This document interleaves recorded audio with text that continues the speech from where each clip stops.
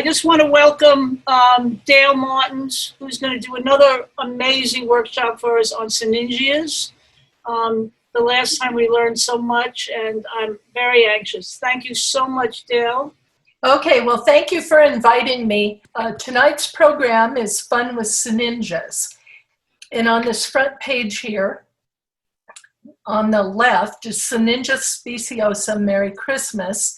And a lot of people call that a gloxinia, but it's not a gloxinia because gloxinias have rhizomes. This is a tuber, and it's a Sinningia. Saying Florus gloxinia is acceptable.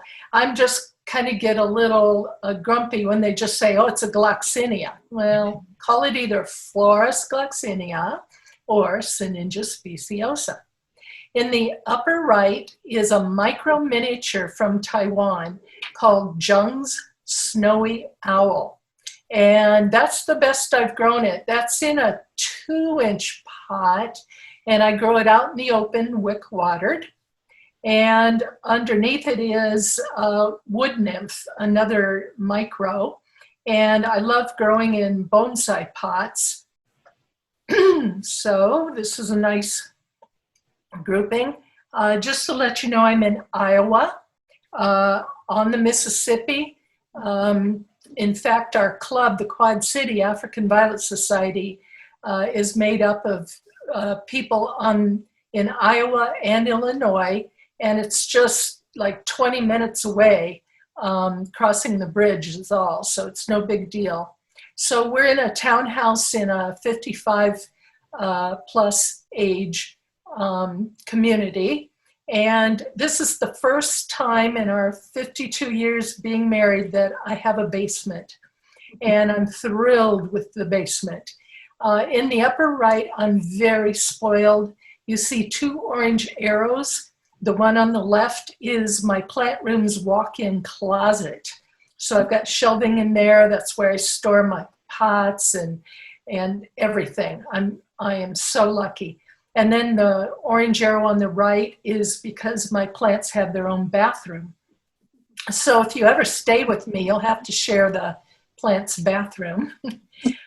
Lower left are 3 of the plant stands in my room. My room's like 16 by 18, I think. And you can see that the window shows that the basement's only partly underground. And that's kind of a little group of trees back there. And we have owls nesting and we have deer.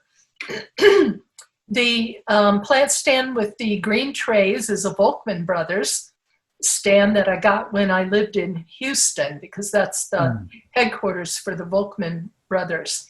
And I met them, and they were very nice. I attended a Lone Star convention in Dallas, and they're located in Dallas. Okay, this is my work desk, and I love it. I got it for something like $10 at a garage sale. And even that chair, that swivel chair, was only $10. You can see my canning pot on the left. So I put 1 part mix and 1 part perlite because I wick water. And so I keep it in a canning pot there. And then on the desk, you'll see I've got perlite in well, that was a butter tub at one time. And that perlite is soaking wet. In front of it is a little solo cup of blue acrylic yarn, and that's also soaking wet. And the arrow is pointing to a mask because I use a mask when I pour vermiculite or perlite in my canning pot there. And so I already had a box of masks before the pandemic started. And you will never, ever see my desk this clean. The gallon jugs I push around on that cart. We have a place called Harbor Freight, and once in a while they have sales. So, and then if I've got different fertilizers, I'll label on the jugs. I'll put which fertilizer it is. Okay, let's talk a little about fertilizers. not just for Sinningias, but for everybody. I do not use the high bloom, the high phosphoric acid. I don't use that. I try to do a balanced or a higher nitrogen. Like you can see on the upper right there, Grow More Orchid Fertilizer UV3 is a 20-10-20. And so again, no high bloom. And you can see my little African violet there is pretty happy considering I didn't use any high bloom on it, but just 1/8 of a teaspoon per gallon. Okay, now what happened was I went to a show in Canada and Beverly Williams had these phenomenal semi-miniature African violets that were so loaded with flowers that you could hardly see leaves. And I asked her, well, what's your light system? And she told me she used LED lights. And I thought, okay, I had heard of doing that, but didn't know much about it. And so I told my husband, who's an aerospace engineer, and I said to him, I'd like to try LED lights. And he said, okay. So he took that plant stand that you're seeing on the left. It's a very tiny, it's only 12 inches deep. And he took the fluorescent tubes and everything out of the fixtures, the metal fixtures. And then he attached the LED strip lights. There's kind of sticky tape. So he put that in the fixtures lids. And then the silver thing on top of that plant stand is the power supply for each of those lights. And it's also on a dimmer and a timer there. Okay, in the upper left, because that plant stand is so narrow, it's only 12 inches, we decided to start out with that. So you can see I've got one set of bright whites and the other one is a warm white. And there's only 4 strips there essentially. Now the metal fixture, the old fixture, helps to concentrate light onto the plants. The challenge with using LED is that the plants right under it will get the benefit of the LED light. But if a leaf is outside of the fixture, it's not going to get light. Unlike fluorescent tubes, fluorescent kind of scatters the light. LED does right below it, whatever's right below it. And one advantage too, I love the color green. I was going to paint the walls green, but I kept them white so that the LED light would reflect off the white walls. Now look at the plants on the right. And the only reason I put these here, because they don't grow there, I put them there to show you that once the tubes are out of those metal fixtures, there's quite a bit of space there. That's very roomy. My lights are on 12 hours a day. So this is how they look with everything all set up. And you can see I wick water, and you can see kind of shiny plastic. And that's because my wick reservoirs wear diapers. These are hefty baggies. The sandwich twist ties fit in the pint reservoirs that one at one time could buy at Cape Cod, and now it's Heidi Dillenbeck. So anyway, these baggies fit in those really nicely. And I started doing that.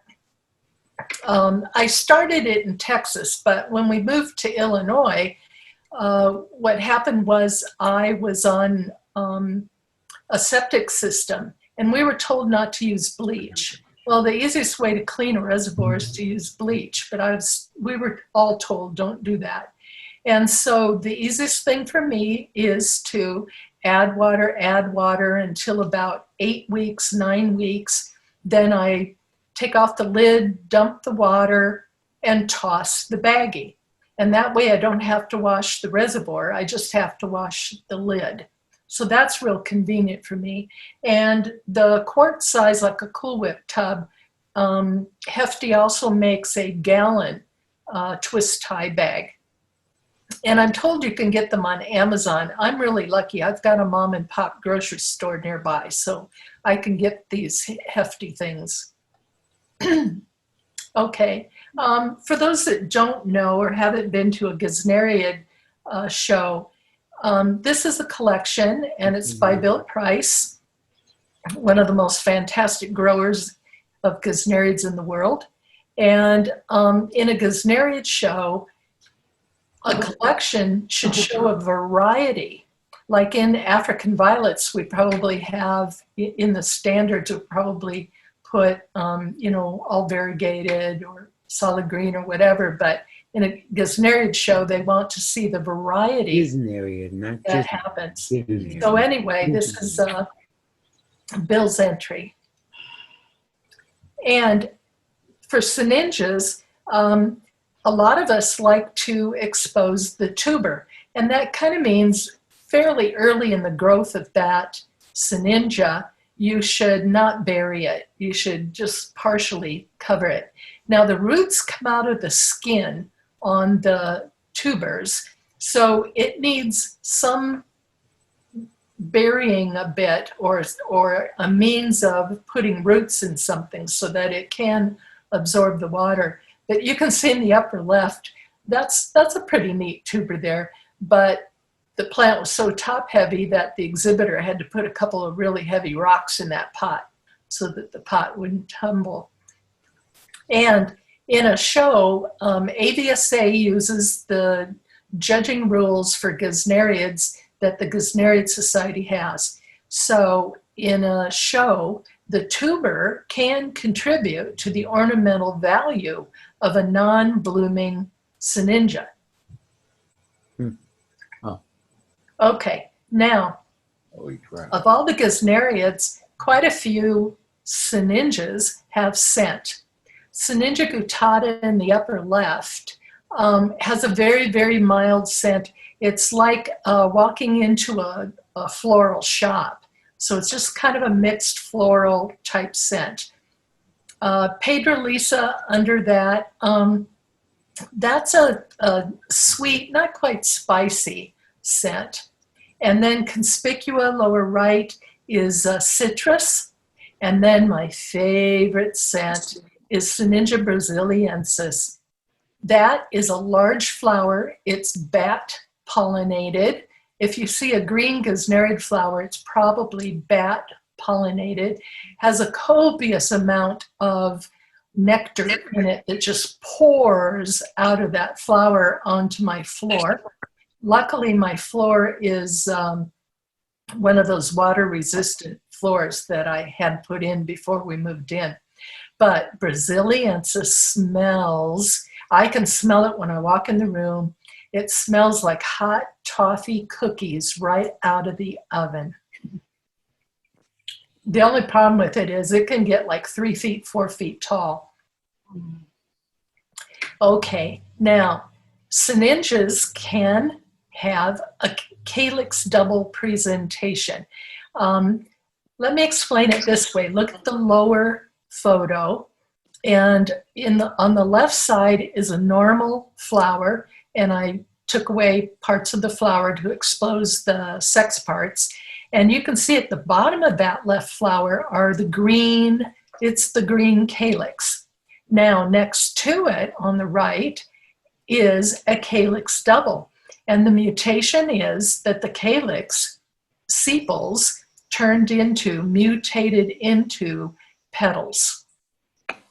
Now the challenge is Calyx Doubles have deformed female parts. You can see that female part is pretty blobby, but its pollen is fine. So you can use these Calyx Doubles as fathers. You cannot use them as mom, but you can use them as fathers.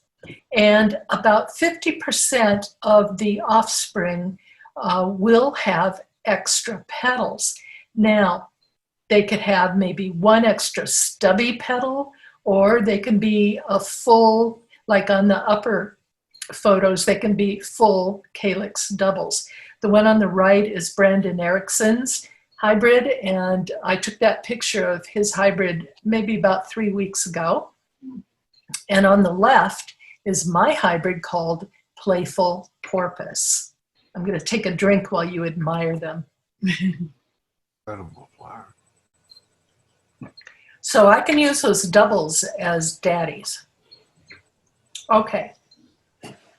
Another fun Sinningia are the ones that bloom right from the tuber without any leaves. And in the upper left, you can see Defoliata. I grew that one. And then Karen grew the Heliowana. At that time, it was called Santa Teresa. And she sends me pollen quite a bit. And so she said to me, hey, Dale, do you want some pollen from the Heliowana? And I said, yeah, sure. I have Sinningia pusilla in bloom. So she mailed me pollen. And then what happened was I put the pollen on Sinningia pusilla, and I actually got one pod. Now, if you use a micro as a mom, you need to pollinate it and then put it in high humidity. Normally, I grow all my micros out in the open with the exception of Sinningia consina, which drives me nuts. But anyway, pusilla I grow out in the open. But as soon as I pollinated it, then I put it in high humidity. Now, I had about 5 seedlings out of that. And each morning, I'm an early bird, so I get up about 4:30, 5 o'clock, and I go downstairs to the plant room with the flashlight, and I would look to see if my seedling opened. And each day I would report back to Karen, not yet, not yet, not yet. And she knew I was using a flashlight. So when it finally bloomed, and I told her it bloomed and sent her pictures, it was her suggestion to call it Heartland's Flashlight. And when I first moved to the Midwest, my club members said to me, you're not going to name everything Texas, are you? And I said, no, I got to switch. Well, so I was trying to think of an alpha name, and I came up with Heartlands because this is considered the heartlands of the United States. And then I get a note from Olive, from the Violet Barn. And she said to me, Dale, Calaria Heartlands Blackberry Butterfly doesn't fit on the label. And I went, oh, yeah, that's right. So then I decided, oh, I'll just name it Dale's, you know. So that was the switch. I would say, I don't know, about 6 years ago, I switched from Heartlands to Dale's. Sure. So anyway, you'll see some Heartlands out there. Now look what happened on the lower right. The second year I grew the plant, it bloomed from the tuber just like its daddy. Isn't that cute? Mostly it blooms with leaves, how it looks on the left, but it will bloom from the tuber. So again, I wick water. I use acrylic yarn. You can't use cotton because it'll dissolve. You can use Mason's twine if you want. And it's very important that the reservoirs not be allowed to dry out, because the problem is if the reservoir dries out, that means the wick dried out. And you'll have to stick the pot with the wick in a bowl of water for about 10 minutes so it can absorb water. So anyway, try to add more water when the water level goes down to about 1 inch. Okay. I'm a retired speech pathologist, and I worked in Los Angeles with stroke victims, and I tried to look pretty nice. I wore nylons with skirt and a little jacket, and those that know me know that my hobby is vintage brooches, usually coat pins that are really big. So I had heavy duty jackets. So anyway, I wore pantyhose, and I then had a plentiful supply pantyhose with runs in it. So I would wash a bunch of them. And then you can see in the upper left how I cut them and made wicks. And what I did is what I do now is I had the wicks soaking in a container the whole time, and I added a drop of baby shampoo. That helps them stay wet, but I love the smell of baby shampoo. So anyway, always keep your wicks quite wet. And you can see the perlite in the upper right is wet too. Now I've got the solo cups in there to remind me that those that don't know, yarn comes, the yarn that I get at Walmart has 4 strands. It's 4 ply, but for solo cups, I only use 2 of the 4 ply. And then a micro in a tiny pot, I would only use 1 strand, but anything larger than a solo cup, I'll leave all 4 strands. Now, bottom, middle, that shows how I put the wick around a tuber. Now, the top of the pot's only like, I don't know, 1/2 inch or 3/4 of an inch from that acrylic yarn, and so it will be covered. And what I like to do is, if you look at that photo in the center there, you're going to see some light colored flecks in the middle. Those are potential plants. It will not send up, what is that, about 25 or 30 little specks there. It will not send them all up. It'll send up maybe 2 or 3. So what I do is I will cover the wick and most of that tuber with soil, but I will keep the center free. So those little flecks in there see the light. And then when the plants come up, the 2, 3, 4 come up, then I will add more soil around it. Now, if the tuber is already sprouting, you can see what I do in the lower right. And then I'll put soil up to almost the top of the pot on that. Okay, to start a Sinningia show plant, I often take the tip cuttings and root them. And I will root them either in soil or I will root them in old reservoir water. And what do I mean by old reservoir water? It's water that's, it's about 8 weeks, 8 or 9 weeks, and I would normally dump it. And I'll only use reservoir water that doesn't have slime. I don't use the slimy one. It's fairly clear, just a lot of algae. So anyway, look at the upper left. That's how I take a tip cutting. You can see the arrow is pointing to a node. I took off the leaves on the bottom of that cutting. Now, if I bury this in soil, I will put it in high humidity. Otherwise, it's going to go into shock. It'll go limp. So I put it in high humidity for about 3 weeks and until it's starting to make roots. Now, I prefer to just pop the bottom there into the hole in the reservoir. Now on the bottom left, you can see, oops, I kind of forgot about it. And now I have to cut a larger hole in that reservoir because I can't get it out. Look at that. And you can kind of see the algae there. That's the kind of limit. And it's only another 3 or 4 weeks till I get roots. So, and then look at the right side. Instead of making a large tuber, that one decided to make a small tuber, but a bunch of little side shoots.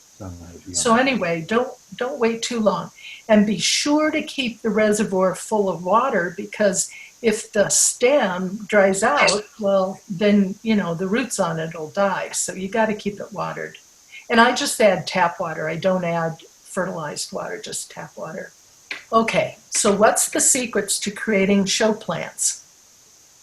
One secret is, when I want a spectacular show plant, I never ever allow the bottom 4 leaves to have flowers. I disbud. And it's not like an African violet. An African violet, will give you another flower stem. A Sinningia will not. And the reason I do this is because when a Sinningia leaf produces a flower stem, energy goes into that flower stem to the detriment of that leaf. That leaf that has a flower stem will look a little dull. It might even be a little bit yellowish, or maybe the edges get a little bit brown. And so I decided not to let them have any flowers. And then that way energy goes into the rest of the plants, and it'll make as many flowers as genetically possible. And on the upper left, you can see I've got an arrow pointing, and that's the size I remove it. It's so that I can reach in there and pluck it out. In the upper right, that is a solo cup. That is the size that you want 2.5 months before a show. If your plant is smaller than that, it's probably not going to make the most robust show plant. If it's larger than that, I would probably pot it down and then don't allow the base 4 leaves to have any flowers. And what you get is something like this. And I was really tickled to get Best in Section A for this. Pretty. For those that know Sinningia striata, that's in the grandparentage there. Now, I included this photo because there are 3 plants in that pot. And multiples are allowed as long as all are the same hybrid or the same species. But be careful. If it's obvious to the judges that there are 3 mature plants in that pot and only 2 of them have flowers and the 3rd one doesn't even have buds in color, which would count, then they could probably take 1/3 of the quantity of bloom points off. So be careful. And remember that buds showing color count as open flowers as long as you have 1 open flower. Okay, I really believe in leaching, especially before you go to the next higher pot. Now, why people say to me, but you're putting fresh soil around that root ball, so why in the world would you do all the bother of leaching? Okay, here's my thought. My thought is you bought a new pair of shoes, but you're wearing socks and you run out to the mailbox in your socks to get the mail, and so you come back in dirty socks and then you put your dirty socks in a clean shoe. Well, that doesn't make sense. What you want is a nice, clean root ball. So therefore, I leach my pots on the potty. So that is my toilet there, my plant room toilet. And so I will put room temperature water. I will slowly pour 2 cups of room temperature water through the pot. I don't want any dirt, any vermiculite, perlite in my toilet. So this makes me take it easy and just pour slowly. Now, that Streptocarpella on the left is a little bit yellow. Yeah. And so then what I do is I will then pour some Epsom salt water through the pot after leaching. I'll put 1/4 to 1/2 teaspoon of Epsom salts in 1 quart of room temperature water, and I'll pour 1/2 cup to 1 cup of that Epsom salt water through the pot. Now, if I'm going to transplant into the next size pot, I'm going to let my newly leached pot sit for about 48 hours, maybe even 3 days, because I don't want to put a soaking wet root ball into the new pot. Okay, here we go. The plant in the upper left is in a solo cup. And so it's been in that solo cup probably about 8 weeks. So the first thing I'm going to do is leach it, since I want to put it in the next higher pot. And I believe in taking off what the African violet world calls baby leaves. And if you're a judge, do not penalize for baby leaves. This is just something that I do. And so anyway, so what I've done then is, in the right photo there is a 3-inch pot. And what I did was I took a clean solo cup and I put it in the 3-inch pot and then put soil all around it. In other words, I made a mold. And then that way, I will take my solo cup plant with the baby leaves removed, and I will drop it in the hole left behind after I took the solo cup out. If I have a wick, I'm not touching the wick. I'm not touching the root ball. I'm leaving that root ball alone.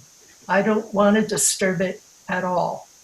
And then 2.5 months later, I've got what you see on the left. So baby leaves, don't touch the root ball, and at least 2.5 months before show. And here, this is the same idea. These could be seedlings, these could be tip cuttings.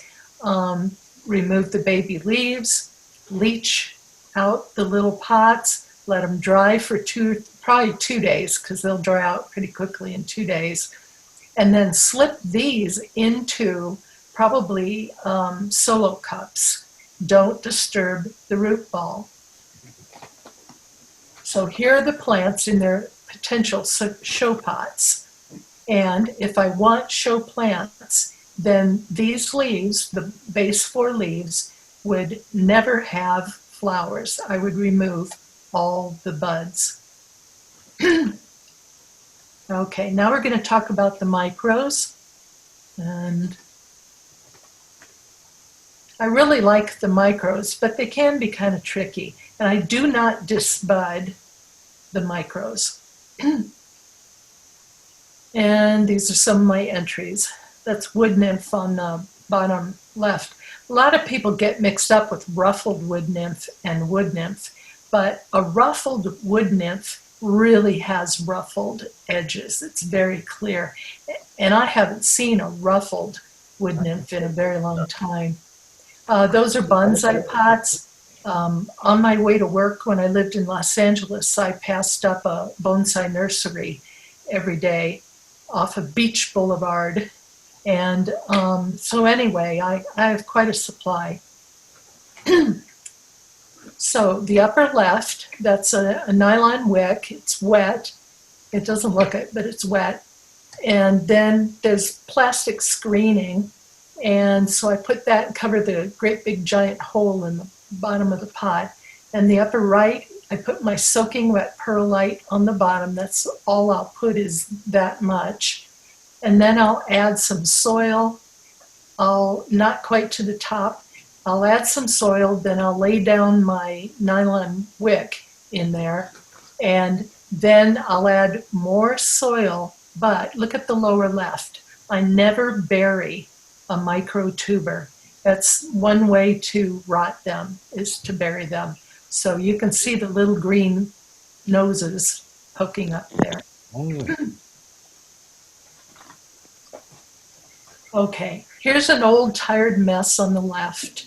And what I do is I just take a pair of scissors and I cut straight across the top. And then it's a matter of separating the various stems.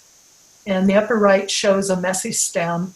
And so I cut it all, the nasty stuff off, except for the tip. And the lower left shows, those are the tops, the green parts of what was in that pot above it there. And I put the tops in a bowl of room temperature water.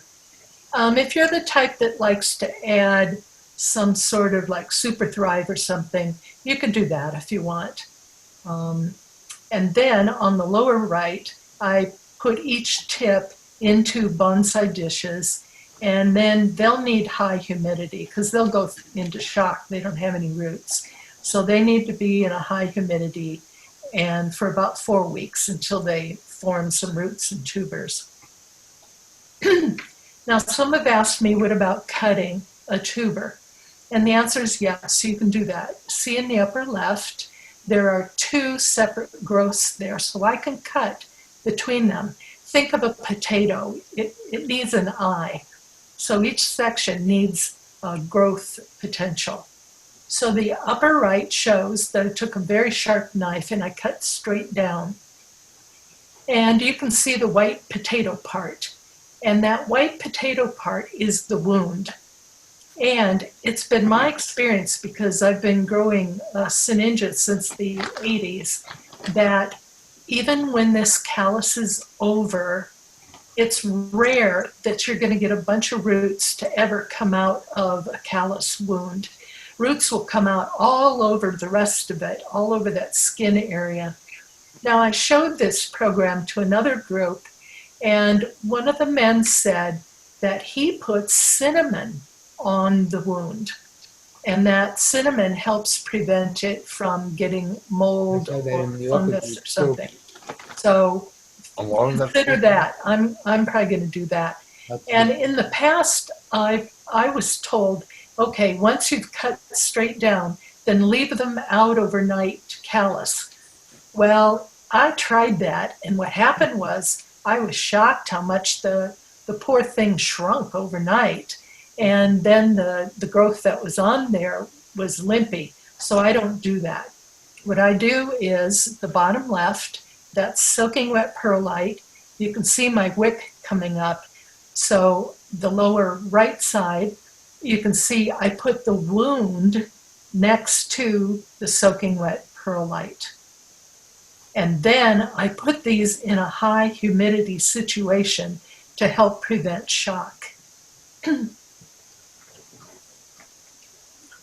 Now, some of you will dig in a container and you're going to find that it's produced several tubers. So on the left side, you can see an arrow there pointing to the new growth on one of the tubers. Actually, the tuber above it has the growth too. And on the right, that's the same grouping. So what I would do with this is, because there's a wound there, I would put all 3 of those tubers that I separated into a Ziploc baggie with moist vermiculite and perlite and wait until it's sprouted. And then the perlite will help prevent any molding on that wounded area. And then I would clean up that top and probably root it in reservoir water. Now, people say, can't you just put a leaf down? And yeah, you could put a leaf down, but on the left, that's what happens. You get what's called a blind tuber. Now, that's for a miniature. And usually miniatures and micro miniatures will make a blind tuber. I have never had a miniature or a micro give me a plant. They've always given me a blind tuber.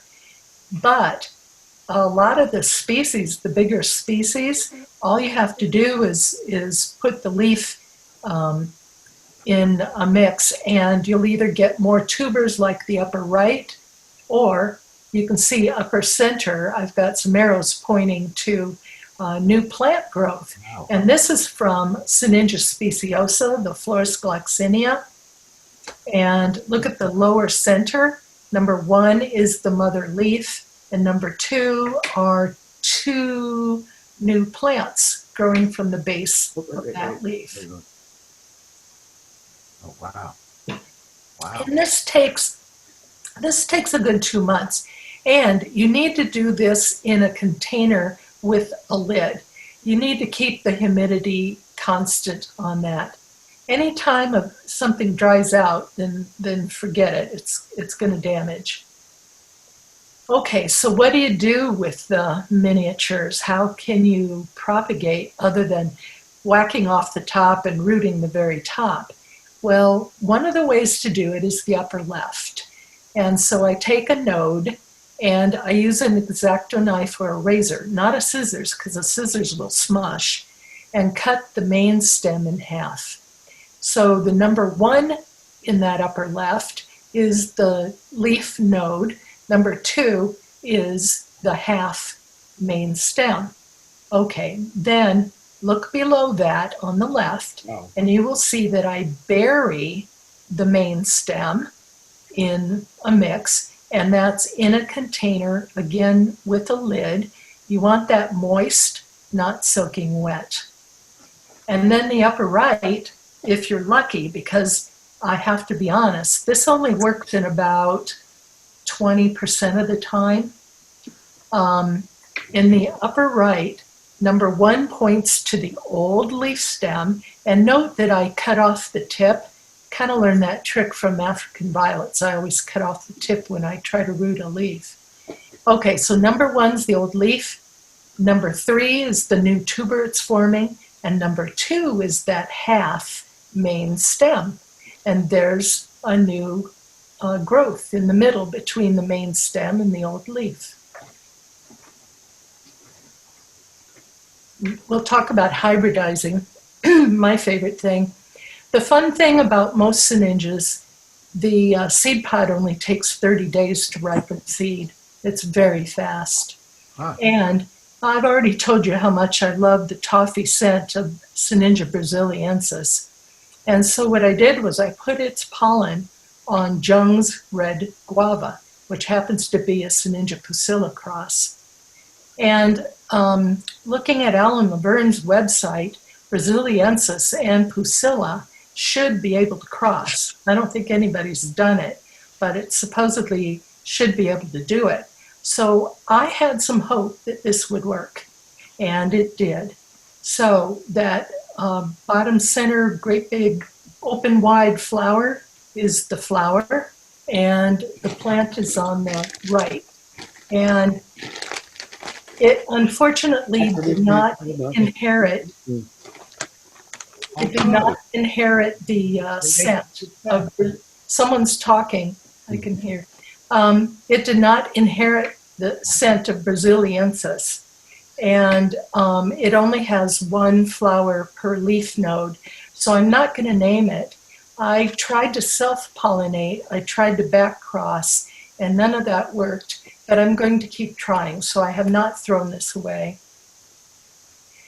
Okay, here we go with the PG portion of our program. On the upper left is a flower that is ready to be pollinated. That flower has been open 3 to 5 days, and the stigma on that is wide, it's fuzzy, and it actually is a little bit moist if you looked at it with a magnifying glass.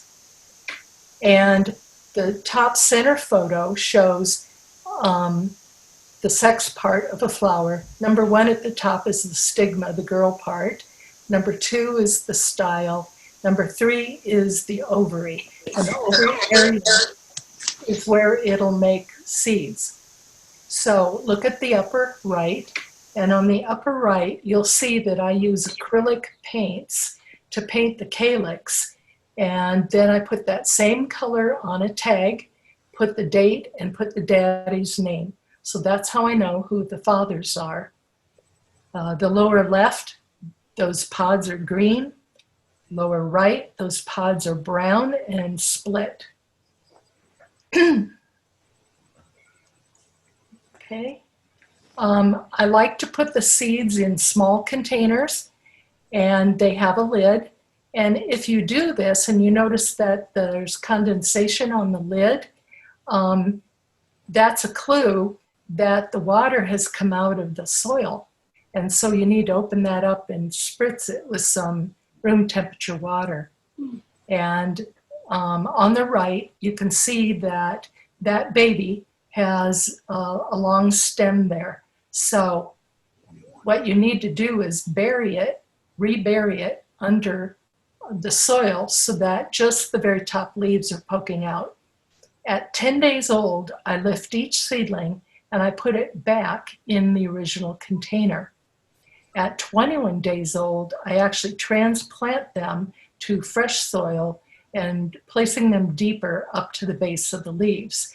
And again, that second transplanting at 21 days is in high humidity.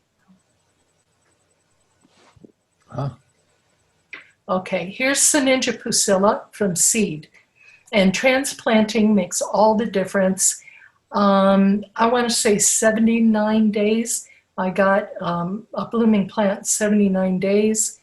And that plant blooming on the left came from the grouping on the right.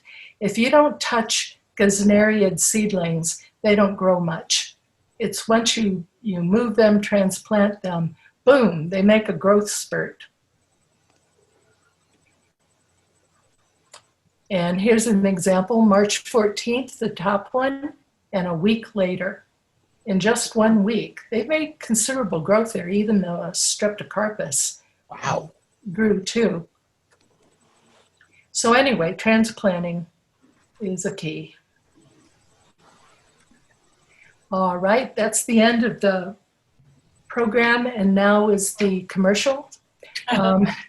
The upper left is an advertisement for the webinar I made for the Gesneriid Society called Growing and Hybridizing Miniature Sinningias. It's an hour long and it's very detailed. And it's essentially what we've done today. You'll see pretty pictures and then you'll hear me talk about them. On the lower right, Andrea and I were asked to speak at the Texas Lone Star Convention some years ago. And she just blew me away with her presentation on how she grows the miniatures and semi-miniatures. And so when the Gesneriid Society then decided we were going to do webinars, right away I contacted her, and right away she said, sure, I'll do it. So I think hers is about 30 or 35 minutes, but she sure goes into detail. And then Sandy Skalski. If you go to an AVSA convention and see all the ribbons, a lot of them belong to Sandy. She's just an excellent grower. She grows under natural light, all sorts of lights, and she goes into really good detail about how she grows her show plants.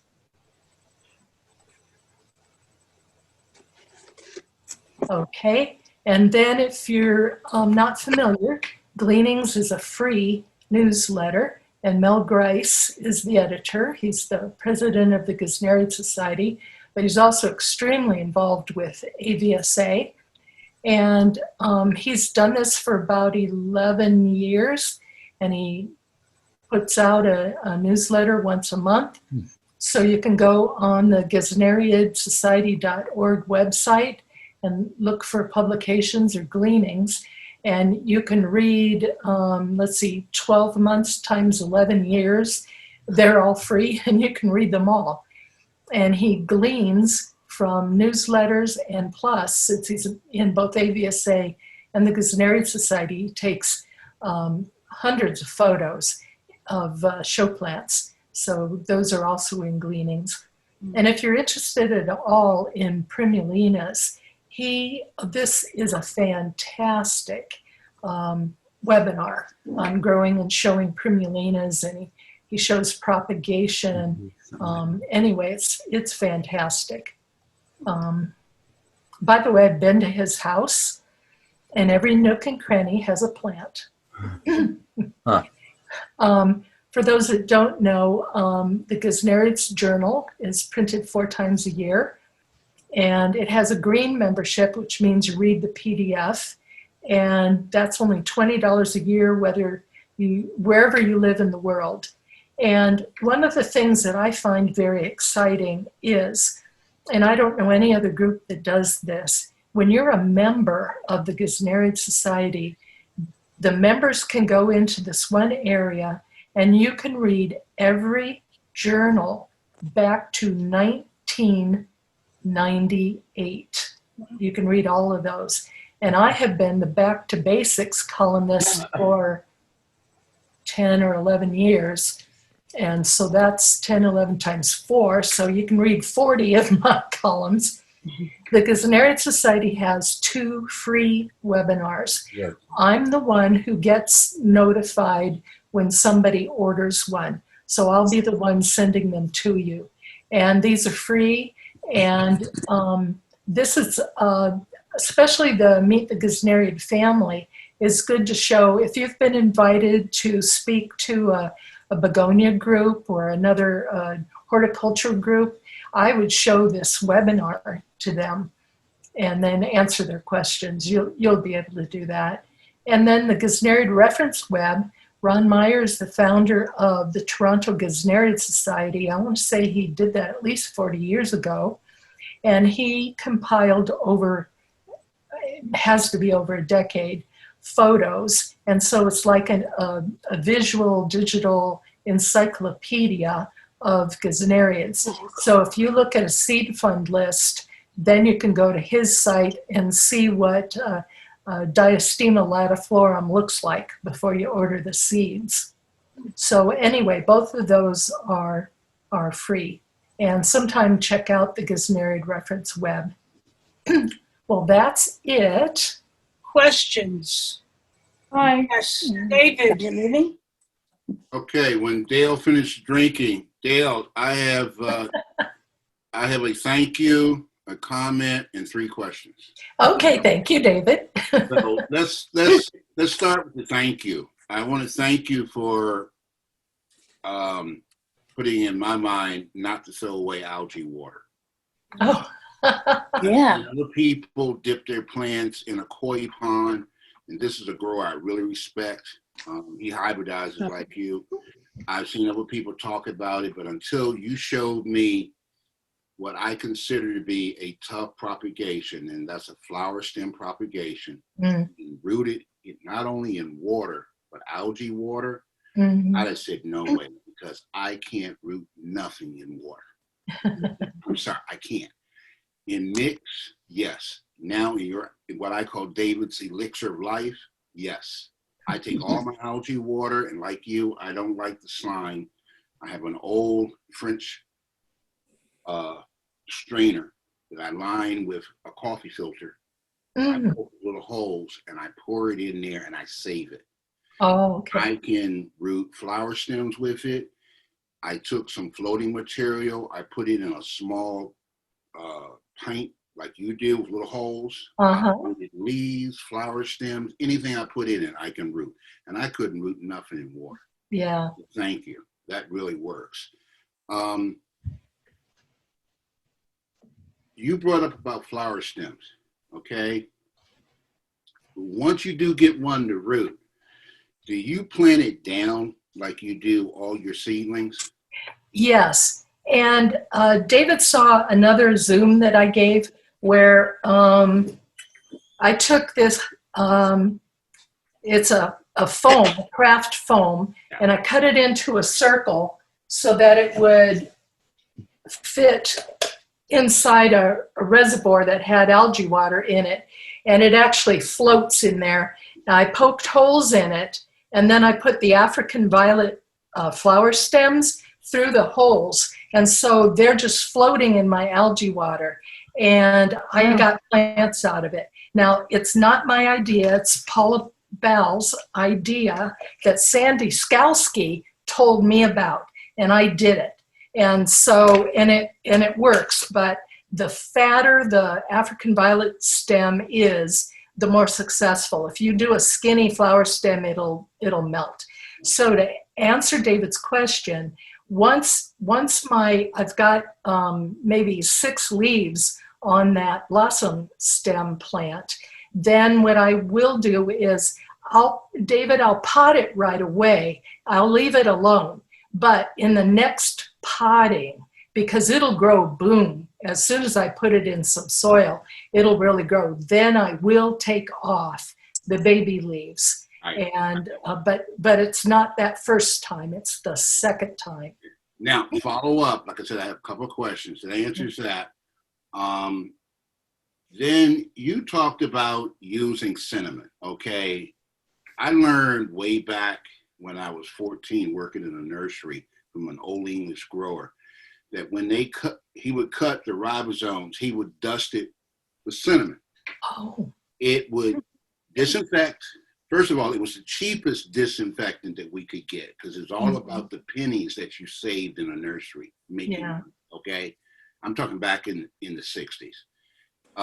It will seal the cut, Good. okay? So now getting back to when you cut a tuber, have you ever used the cinnamon to seal it? I mean, I like your idea of wet, coarse perlite, and I'm going to try that with a couple of Yeah. okay? But have you ever tried that and doing that?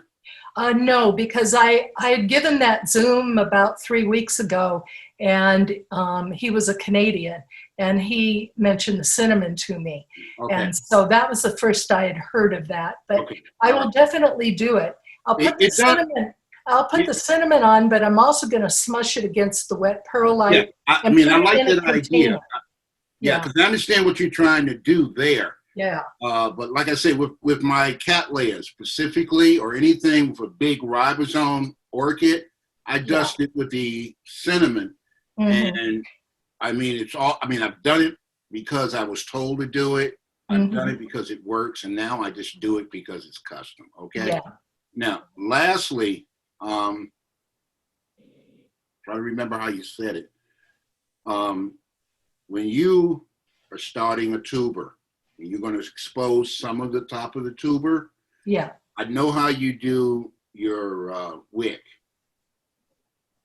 Do you still remove a couple of the leaves, the baby leaves on the tuber when you put it down, or do you leave those? If I'm just potting it for the first time, I'll leave it alone. Okay.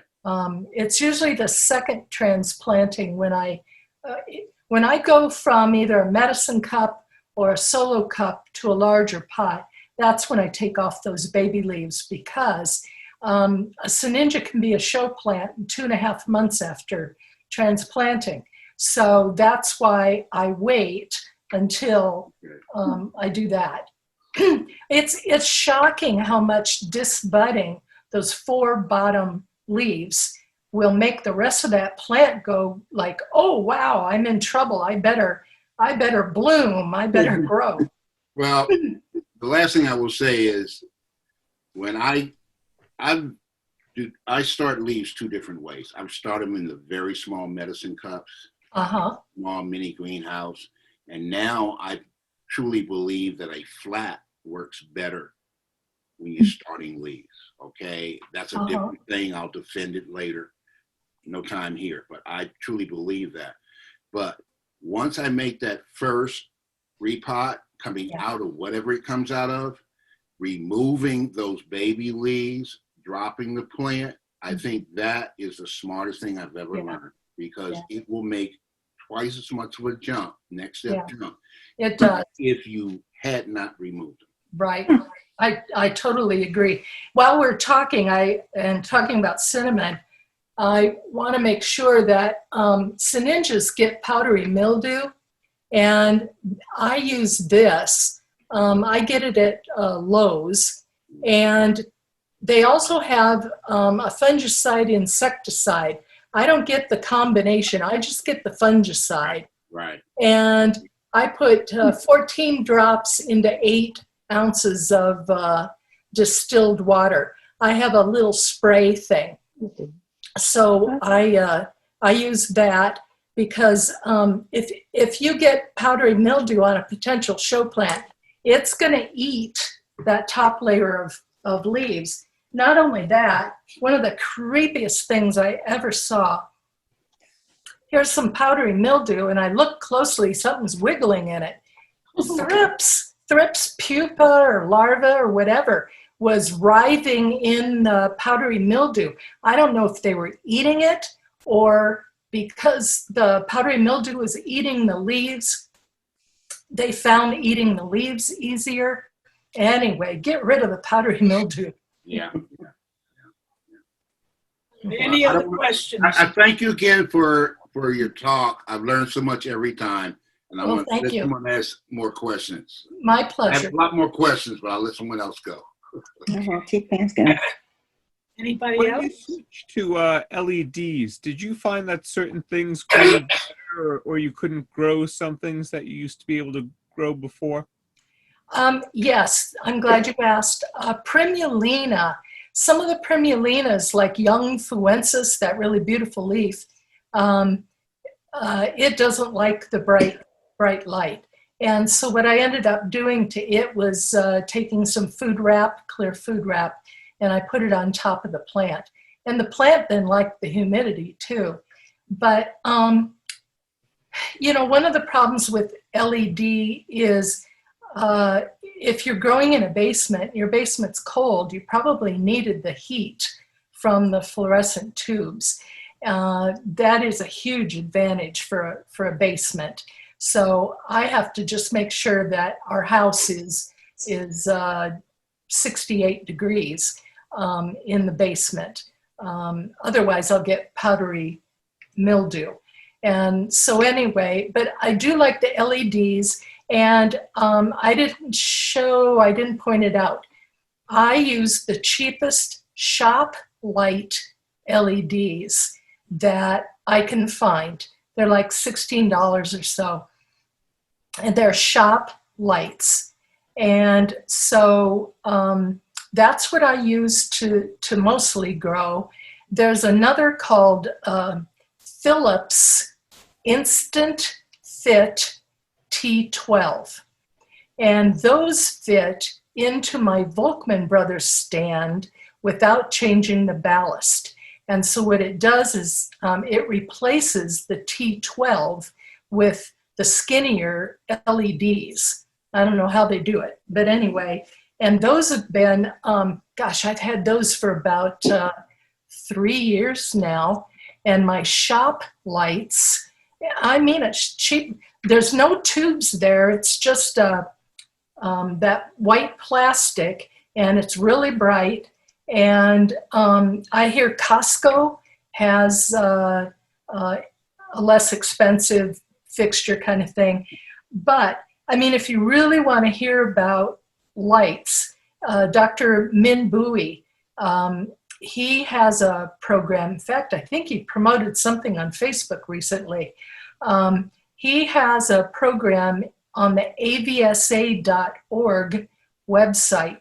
It's a full hour. He goes in tremendous detail about lighting and why you should do this and why you should do that for maximum flowers. And so anyway, I do like the LED, but I have kept one shelf as T12, one shelf, because the primulinas need that shelf. I've also gotten 5000K, and even my calarias were going, wait a minute, what are you doing to us? So it was 5000K was too much, even for the calaria. What I found was, because I have calarias growing here, and they were not happy under the cheap LEDs, but I got a specialized plant LED that had much more in the 660 nanometer range, that deep red that the cheap LEDs don't offer. And they all grew towards it and grew really big crowns growing towards that, but they totally ignored the cheap LEDs that don't have a lot in the red spectrum. And that's interesting because my husband, before he did the LED thing for me, he was researching the marijuana websites. And so he did give me a plant stand with all blue and all red and then all white. I looked very patriotic.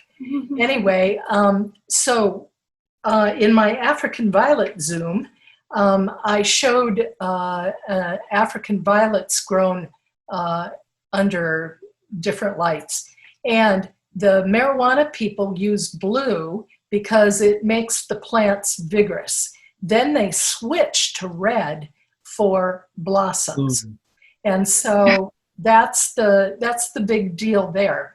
And which is a hassle, but on the cover of the Gesneriads Journal is a mandarola, and it's a small plant, but mine ended up being about 9-10 inches, and that grew under the red. It bloomed like crazy under the red.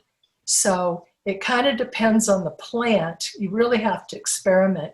And my husband points out to me, he can use these meters and he can go around to each shelf, but it's so inconsistent.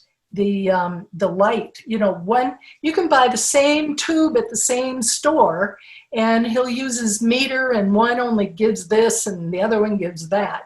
So it's not real strict scientific. So if you find something that works, stick to it. And I never want to say that I'm totally right about things. It's successful for me in my environment, in my basement, with my humidity. So I learned that from moving, because each place I moved to, the only difference was the water, because I used the same soil, the same fertilizer, but the water was different. And so that's when I learned, when I move, ask the local club what kind of soil they're using, because the soil that I used from one state didn't work with the water from the next state.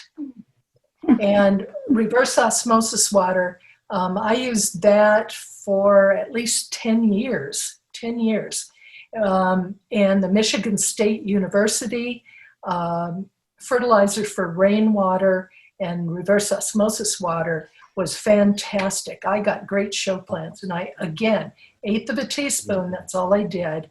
But I did leach, and I used Epsom salts with those to kind of give them the magnesium that I'm told might not be in the other. So anyway, yeah, it's all experiment. It's kind of why I write the Back to Basics column. It's to share my experience, and then I want to hear from people. Okay, did you try it? What happened? Dale, when I moved from California to Georgia, I did exactly what you just said, and I had heard it. Well, then we would have to. Everything worked in California. I brought my mix, my fertilizer. The only thing that was different was the water. I didn't think about that. And I had problems like you wouldn't believe. In California, I had vermiculite in my mix. I had to take that out in Georgia. Yeah, I had to almost double my perlite. Yeah. And once I did that, I realized I had problems with the water. I had to go RO. Once I did that, everything's fine. Yep. It is where you're at. You have to find what works for you with where you're at. Yep, that's right. Better check your water. Yeah. Hi, Dale. Hi. Dale. Hi, it's Joe. How are you? Oh, Dale? hi, Joe. I'm in the corner up there someplace. Okay. I admire your spirit to explore and to try different things. I've tried to revert from T12 to T8, and it's already taken me 3 years. I finally got the T8s down, and the primulinas do wonderfully on the T8s. I have no problem. They constantly bloom. But your spirit of this lighting with all of this LED, I'm going to try some of this very soon. Only on one shelf, but I'm going to try some. Right. I loved your program. It was wonderful. Thank you. I'm glad I tuned in. Well, I tell you, I'm looking forward to the virtual conventions, both Gesneriad and the African Violet, because I'm sure they'll have some interesting speakers. I'm kind of on the team with the Gesneriad Society one, and our programs, I'm told, are going to be free, and I'm giving the Gesneriad Hybridizers Association talk for the Gesneriad Society, and that's always around July 4th. And the theme this year is Gesneriads at home around the world. And so what I'm doing right now is I'm contacting through Facebook a lot of the Gesneriad hybridizers in other countries. And like I just contacted Andy Quang in Australia, and I'll be contacting, you would not believe the hybridizing that they're starting in Turkey for Calaria. And then we've got Sweden. So anyway, my program for the GHA meeting will be new introductions in the last 2 years from other countries. So those will be fun. I do have a question because I'm about to follow something that you said in another talk. I have a couple primolinas that I pollinated, and they were selfings. And when I did it, I had them in separate domes. So I knew that when the seed pods exploded, to start harvesting the others, okay? Mm-hmm. So what happened is each one of them has babies growing in the bottom of the mix. Right. I know each one is a selfing. Right. Now, I had heard you talk about moving them. And here's what I'm about to do. I have some, what I call 2 ounce plus condiment cups with lids. Right.